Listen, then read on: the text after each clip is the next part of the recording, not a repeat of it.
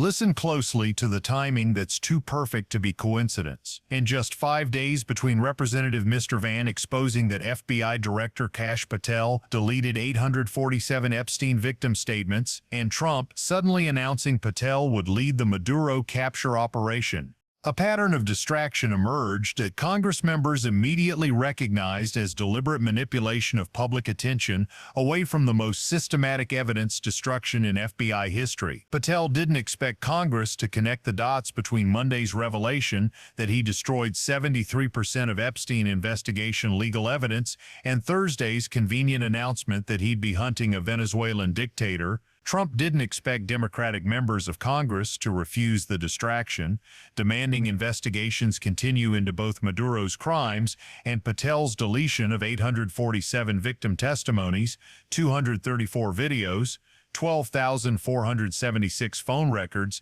and 89,234 emails. What did the suspicious 5-day timeline reveal about how Trump weaponizes foreign policy announcements to bury domestic scandals involving his FBI director and potentially shield Patel from contempt of court charges? December 19, 2025, 3:42 p.m. Representative Frank Mrvan's forensic presentation to the House Oversight Committee had just demolished FBI Director Kash Patel's technical malfunction defense. The visual evidence was irrefutable. 73% of deleted data came from Epstein investigation files, including 847 victim statements permanently destroyed under Kash Patel's digital signature authorization. While he was alone in his 7th floor FBI headquarters office at 11:47 p.m. on October 14th.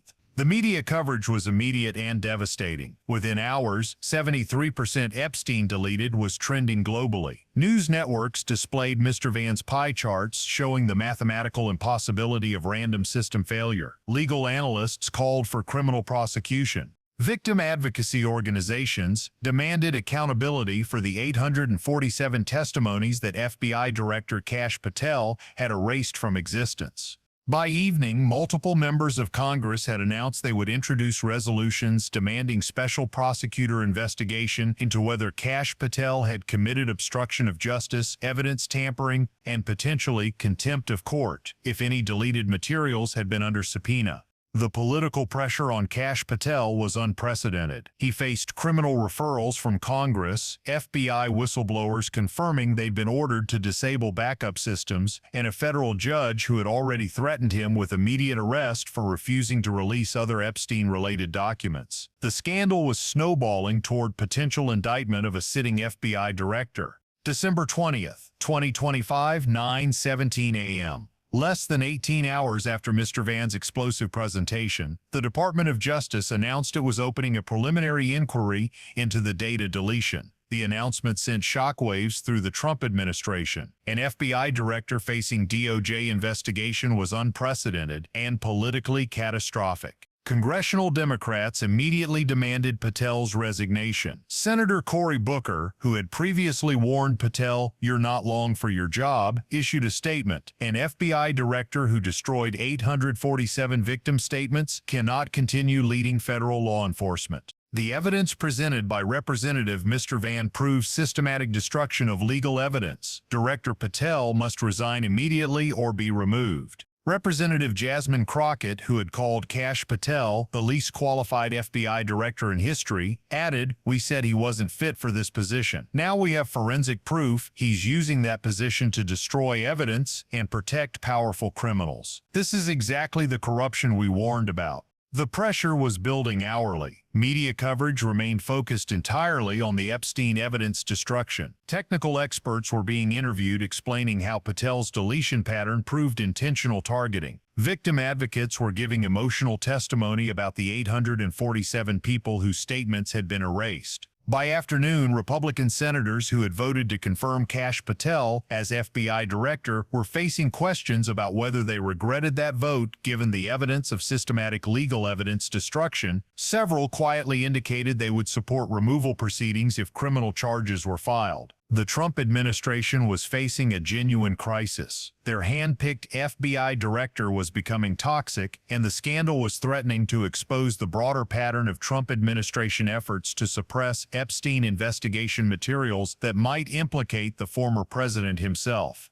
December 21, 2025, 11:34 a.m. 48 hours after Mr. Van's presentation, as the Patel scandal continued dominating news cycles and Congress prepared additional investigative hearings, the White House made an announcement that immediately shifted media attention. President Trump was authorizing a joint military law enforcement operation to capture Venezuelan dictator Nicolas Maduro, and FBI Director Kash Patel would personally lead the FBI's coordination of intelligence gathering and fugitive tracking. The announcement was designed for maximum dramatic impact. Trump appeared in the Oval Office with military commanders and intelligence officials, describing Maduro as one of the world's most dangerous dictators and praising Kash Patel as exactly the tough, fearless FBI director we need for an operation this critical. The timing was immediately suspicious to anyone who had been following the Epstein evidence destruction scandal. Monday, Mr. Van exposes 73% deletion.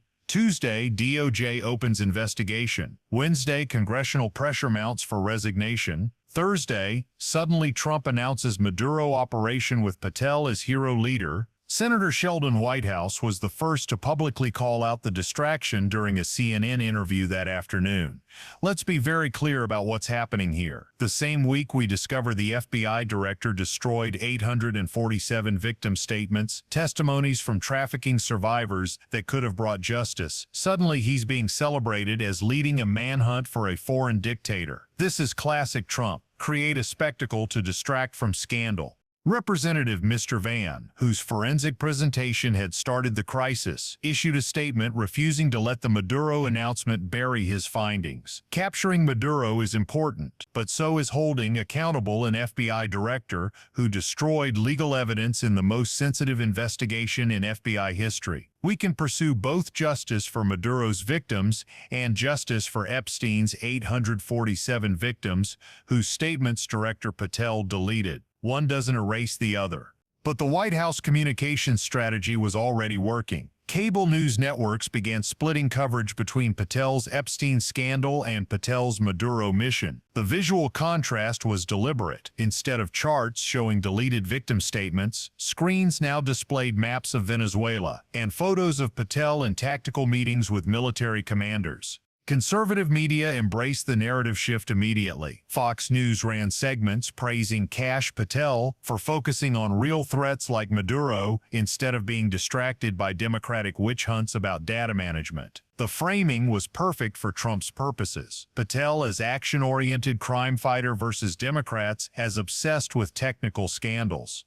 December 22, 2025. 3 days after Mr. Van's presentation, the media landscape had dramatically shifted. While some outlets maintained focus on the evidence destruction scandal, many had moved to extensive Maduro operation coverage. The distraction was working exactly as Trump had planned. But Democratic members of Congress weren't accepting the narrative manipulation. Representative Jasmine Crockett held a press conference specifically addressing the timing. Let's look at what happened this week. Monday, we learned the FBI director deleted evidence from 312 trafficking victims, 297 assault victims, and 238 witnesses. Thursday, suddenly that same FBI director is announced as hunting Maduro. You think that timing is coincidence? This is deliberate distraction from evidence destruction. Senator Jamie Raskin, ranking member of the Judiciary Committee, laid out the pattern in even more detail during a committee hearing. The Trump administration has a documented history of using foreign policy announcements to bury domestic scandals. When the Access Hollywood tape emerged, Trump pivoted to Syria strikes. When Mueller investigation heated up, sudden North Korea summit. And now, when their FBI director is exposed destroying Epstein evidence, suddenly there's a Maduro operation.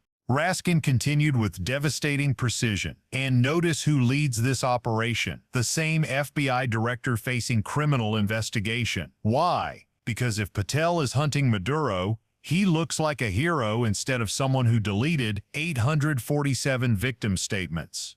If the operation succeeds, Trump takes credit and Patel's scandal gets buried. If it fails, Trump fires Patel anyway but blames operational failure instead of evidence destruction. Either way, the Epstein scandal disappears from headlines.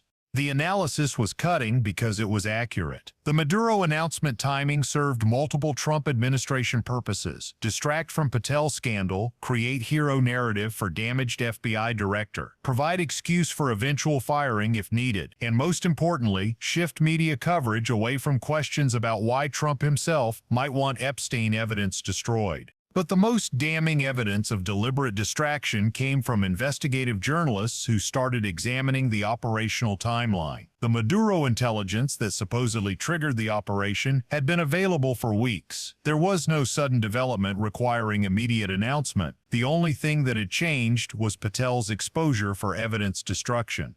Washington Post reporters confirmed through administration sources that the Maduro operation planning had been ongoing since November but wasn't scheduled for public announcement until January. The decision to accelerate the announcement to December 21st, exactly 48 hours after Mr. Van's devastating presentation, came directly from Trump after he watched cable news coverage of the Epstein scandal. December 23, 2025. As the Maduro operation continued dominating headlines, victim advocacy organizations held a joint press conference demanding the public not forget the 847 people whose testimonies FBI Director Kash Patel had destroyed. Jennifer Arauz, an Epstein survivor and advocate, gave emotional testimony. While everyone watches the Maduro news, remember that 847 survivors gave statements to the FBI believing we would get justice. Those statements are now gone forever because the FBI director deleted them. Don't let that be forgotten, because Trump announced a capture operation with perfect timing. The victim advocates understood exactly what was happening. The Maduro announcement wasn't about Venezuela, it was about burying their deleted testimonies beneath more dramatic headlines. And they weren't going to allow it. Members of Congress continued forcing the issue. Representative Ted Lieu filed a resolution demanding immediate special prosecutor investigation into Kash Patel's evidence destruction regardless of any foreign operations he might be leading. The FBI director can coordinate Maduro intelligence from a jail cell if necessary, Lieu stated. 847 victims deserve justice before we celebrate him hunting anyone. Senator Cory Booker went further, connecting multiple scandals in a Senate floor speech that went viral. Director Patel deleted 847 victim statements. He admitted he can't staff the FBI for 14 years because of his purges. He fired Medal of Valor recipients for investigating Trump. He refused to release Epstein files. And now, conveniently, he's hunting Maduro. The timing tells you everything about why this operation was announced this week. Legal experts noted another suspicious element. If Kash Patel was leading a critical international operation, that would give Trump justification for blocking any contempt of court proceedings against him. Can't arrest the FBI director while he's coordinating capture of a foreign dictator would become the argument for delaying accountability. Congressional investigators also discovered that the Maduro announcement included language about classified intelligence methods that would require withholding certain operational details from Congress, conveniently preventing oversight committees from examining whether the operation was genuine or primarily political theater designed to protect Patel. By December 24th, 5 days after Mr. Van's presentation, the media narrative had successfully shifted. While serious outlets maintained coverage of both stories, cable news increasingly focused on Maduro operation updates, Venezuelan political analysis, and speculation about capture timing. The 847 deleted victim statements were becoming background context rather than headline crisis. But the distraction strategy contained a fatal flaw that Democratic members of Congress began exploiting. The Maduro operation timeline was inherently uncertain, while the evidence destruction was documented fact. Mr. Van's forensic charts didn't change based on Venezuelan politics. Kash Patel's digital signature, authorizing deletion of 73% Epstein files at 11:47 p.m. on October 14th, was permanent legal evidence regardless of what happened with Maduro. Representative Adam Schiff articulated this during a committee hearing. The White House wants us watching Maduro updates instead of examining deleted evidence. But here's the reality. Whether or not Patel eventually captures Maduro, he still destroyed 847 victim statements. Whether or not the Venezuela operation succeeds, he still authorized permanent deletion of 234 videos, 12,476 phone records, and 89,234 emails. Those facts don't change based on foreign policy developments. The determination of Congress members to maintain dual focus, both Maduro accountability and Patel accountability, prevented the distraction from fully succeeding. Yes, media coverage had shifted. Yes, Trump's strategy had worked to reduce immediate pressure, but the underlying scandal remained documented, investigated, and politically toxic. Victim advocacy organizations adopted a powerful counter-narrative: justice isn't a zero-sum game. We can demand accountability for Maduro's crimes and accountability for deleting 847 trafficking victim statements. In fact, we must demand both, because if we allow one crime to excuse another, we've abandoned the principle of equal justice entirely. By week's end, the pattern was undeniable. Trump weaponized a legitimate operation to distract from evidence destruction. The timing was too perfect. Maduro announcement when Patel faced maximum Epstein pressure. The messaging too convenient damaged FBI director suddenly portrayed as heroic manhunter. Congress members refused to let it work. They continued investigations, demanded prosecutors, and reminded the public that 847 victim statements were destroyed by the same FBI director, celebrated for hunting Maduro. The message was clear. Maduro's victims deserved accountability. Epstein's 847 victims whose statements Kash Patel deleted deserved accountability. America deserved an FBI director who protected legal evidence instead of destroying it. And Congress would not allow distraction tactics, no matter how dramatic, to erase documented evidence that Kash Patel systematically destroyed 73% of Epstein files to protect powerful predators